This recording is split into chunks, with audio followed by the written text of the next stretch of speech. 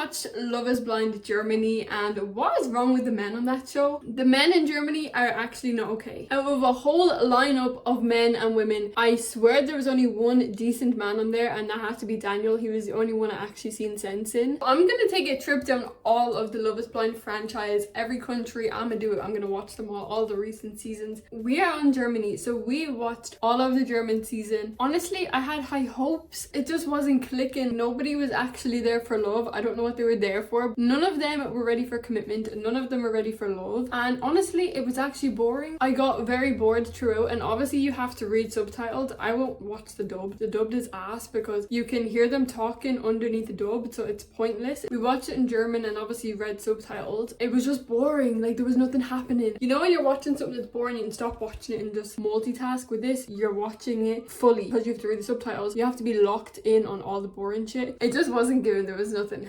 There was actually nothing. Without Hani, there would have been no drama, period. And obviously it's not about the drama, it's about the love, but there was no love either. Let's talk about the mess of the couple that actually said yes at the altar. So if you haven't watched the altars, spoiler alert, the only people that said yes is Ilias and Alina. They actually said yes to each other. I want to know if Ilias would have said, actually, you know what? I don't need to know. Of course Ilias would have said yes because he is, I don't have words for the man. From the pods, Ilias wasn't there to get to know the girl. He just wanted to know what their favorite position was and what they're wearing and all this weird shit. Honestly, it didn't seem like he was there for the right reasons whatsoever. And I believe if Hani was gonna pick him, he would have dropped Alina like that. If Hani had not have cut him off straight away, he would have just left with her. But this was proven on the retreat. When they went to Greece, all he did was talk about Hani and talk to Hani. Alina was fine with it. She was like, obviously you guys had a connection, so you're gonna talk. And it's like, girl, be so serious. You asked the man if the door was still open with Hani and would he go with her. He told you probably, and you stayed with him, and then you married him. Are we okay? You are actually worth so much more than that. Asking a man if he would pick you over the girl that's there, and he said probably. He'd probably go with her, and you still married him? Maybe she didn't see the full picture while she was in there, and she was actually in love with Elias, so she was blinded by love, and then when she rewatched it all, she was like, this man is a piece of shit. I hope that's what happened. Then when it got to the last time that Elias and Hani seen each other, Hani was the one who actually had to shut him down. Honestly, I think Elias was more interested in her. Even in the pods, she was like Daniel, and he was just more her because she was giving him the sexual conversation. That's all he wanted. I believe Hani was all for Daniel from the beginning. And then there was a time when he was sitting with the camera crew by himself. He basically was talking about how Alina is all in, his parents and his family, and everybody seems to know that they're meant to be together except for him, that he's the only one not on board. And that was like the day before the weddings. Then when it comes to Hani and Daniel, I actually I liked Hani, but I got the vibes that she was there for the clout. She's obviously an Instagram babe. I feel like she was very much there for the camera time. I do feel like there was points where she did like Daniel, but she obviously has trust issues. She's never told someone she loves them. I don't even think she's had a boyfriend before. So why you're on the show to get married and then tell the man it's gone too quick? Why did you actually come? It is unfortunate because Daniel seemed like the only self-aware man on this whole show, and he ended up with somebody that wasn't actually there to commit to marriage. He was so patient with her when she needed space. It just didn't work out in the end. I feel like it was obvious the whole way up that she was gonna say no at the altars. I feel like he just had a little bit too much hope. Now, Pascal and Shella actually drove me a bit mad. It was given Benaya from Love is Blind UK. He didn't reassure her fast enough. She was like, I'm on to the next guy, and that's literally what happened with Benaya. Pascal was fine most of the time in the pods. When Shella asked for some type of reassurance, he was like, it's pretty soon. I don't see myself proposing in here yet, blah blah blah. And straight away she then gave her all to Fabio because she didn't feel secure with Pascal anymore. So then it's like, are you just looking for who's gonna bring you along, or are you actually looking for love? The people that get with multiple people, like obviously you date everyone, but the people that up to the end are dating multiple people, I don't trust them. It makes me think that you're just here to make sure you get through to the show. She didn't feel secure with Pascal, even though Pascal is the one that she wanted. She decided to cling to Fabio Fabio, lead him on right up until making him dump Alba, which is who Fabio liked more in my opinion. He got blinded then, so he literally dumped Alba. I think they would have been a great couple. We seen all of the scenes where Alba was literally telling Shella in the quarters,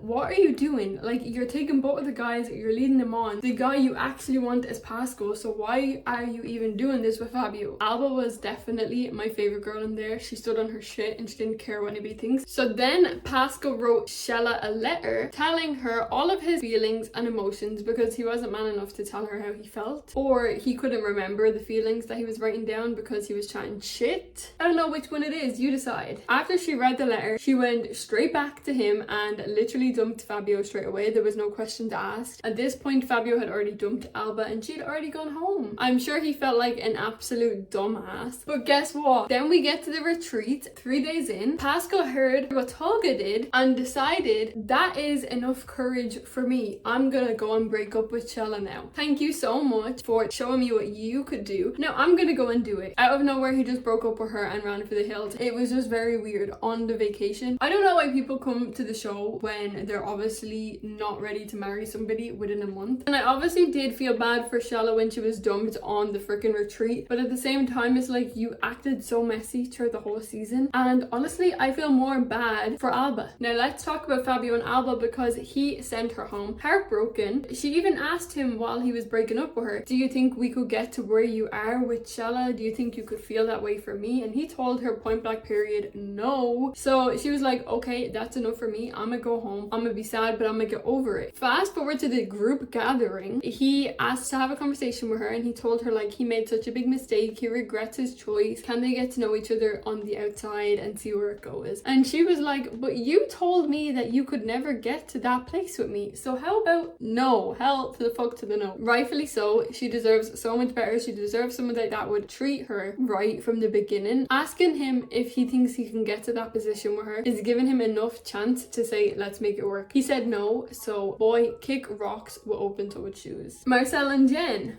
From the jump, the girls were saying that Marcel is a red flag. Nobody liked him. They were basically going off star signs. The German girlies love star signs. They were saying Scorpios are usually serial killers because most serial killers are Scorpios, which is a bit mad because that means every time you meet a Scorpio, you're a serial killer. That's a bit crazy. But Jen ended up hitting it off with Marcel. They seemed to have a lot in common in the pods. In the pods, you can only speak to each other, right? So you can't tell if you're too talkative or not talkative enough because all you can do is talk. Now, in the pods, Marcel seemed like the perfect guy. He loved helping out the less fortunate. He loves God. He goes hiking. He's in touch with his emotions. All of the good stuff. But then straight away from the pods, it just got very weird. He mostly just didn't talk and wanted to stare at her. And I just feel like at some points he was purposely doing it to make her uncomfortable because she told him she doesn't like the silent staring. It's weird. Jen is like the total opposite. She's bubbly. She's talkative. She loves having a good time. She's loud. She is the life of the party. She said she's wild when she's around other people. I did read, I don't know if it was said in the show because if you take your eyes off the screen for a second you miss what was said. Apparently she is ADHD, so that explains why she is energetic and bubbly. When they moved into the apartments then, things just got more and more tense between them. Honestly, looking at Jen, she looked drained having to live with him and you could just see that it was a toxic atmosphere. And I feel like someone like Marcel who meditates and is in touch with his emotions has control of the energy in the room, and I'm sure he was probably putting out toxic vibes. The bottom line is they just couldn't find a way to communicate. She would talk to him and he would just sit there staring at her. Honestly, at that point you're just hitting a brick wall. They went to meet Jen's mom and she was like, I cannot introduce you to my mother when we're like this because I don't even think I'm walking down the aisle. So she broke it off with him then. He basically just accepted it and that was it. It was a very toxic couple. That's what comes with meeting through a wall because you actually can't figure out what the person is like because all you can do is talk. Medina and Sally, they seemed really sweet, but they also seemed like friends, almost like they were too alike to actually be a couple. They were almost like a mirror of each other, which I suppose can work in a relationship. After the reveals, Sally did leave. Now we've seen people say on previous seasons of Love is Blind, when you do meet up in person, connecting the voice of the person is so difficult, and I feel like that's what happened for her. She just felt like she was meeting a complete stranger, and he was laughing with nerves and she just felt like he was laughing at her. So she left and didn't come back, which I completely respect, I guess. It is a stranger at the end of the day that you have to go and spend time with. They didn't get to go on the retreats then, but they eventually decided that they're going to come back together, and they went to the apartment and they picked up from there to see if they could make it work. Their connection was sweet, but they had like a couple of roadblocks. Medina's mom was not on board and they just couldn't decide on long distance locations. They didn't want to do long distance, but nobody wanted to move, starting a family. Where would they live? And that's kind of something that's hard to compromise on, especially when they're both very close to their families and don't want to leave their families. They did get to the altar, but they did decide not to get married on that day. They said it's the end of the experiment, but not the end for them. I don't know what that means. Sometimes that works, sometimes it doesn't. On the flip side, the experiment is intense, so in the real world things could be different. And last but not least, we have got Tolga and Sheila. From the jump, I thought Tolga should have been matched with Hannah. They suited each other in the pods so well. Their aesthetics were matching unknowingly. They just had a really good time together through the pods from what we see. And then it seemed like he just softened up to Sheila because she was telling him all the bad experiences she's had with men, and he kind of just wanted to fix that. He ended up picking Sheila in the end. He almost knew instantly that it just wasn't comfortable and it wasn't going to work with her. He kind of confused me though. He hated that she had emotions in the real world. He wanted her to remain as a strong, independent businesswoman throughout the whole time. Most strong, independent businesswomen, they actually want to be vulnerable with the partner that they choose, not just stay so strong all the time. Do you know what I mean? And she did let her emotions out to him and he didn't like that, and I thought that was weird. I don't actually know why he wants in a woman, because Hannah was emotional and he liked Hannah. So we did see from the jump though, when Tolga was meeting the other people, he was asking Hanny straight away what Hannah was like. It seemed like he was almost straight away focused on meeting Hannah. When he was breaking up with her, he even was like, we can still have like a Harry Potter night, and she was like, not when you're getting married to somebody else. He did end up breaking things off with Sheila on like the second day of the retreat. We did see him pop back up then at the group gatherings where he apologized to Hannah and told her he thinks he picked the wrong person and would she get to know him and see where it could lead on the outside. She did agree, but we don't know what happened after that. Hopefully they'll be at the reunion or they'll talk about it on their own social medias. From this whole season, one couple said yes. The first season, if only one couple says yes, that already shows that your casting team in that country is terrible, because the first season is usually always the most successful. Let me know what you guys thought about the German edition of Love is Blind, and if you guys would like to see another season of it. I'm not too sure if I would jump at watching it again. It obviously depends on the cast and who's in it. They definitely dropped the ball on this one. Let me know all your thoughts. Don't forget to subscribe, and I will see you guys in the next video.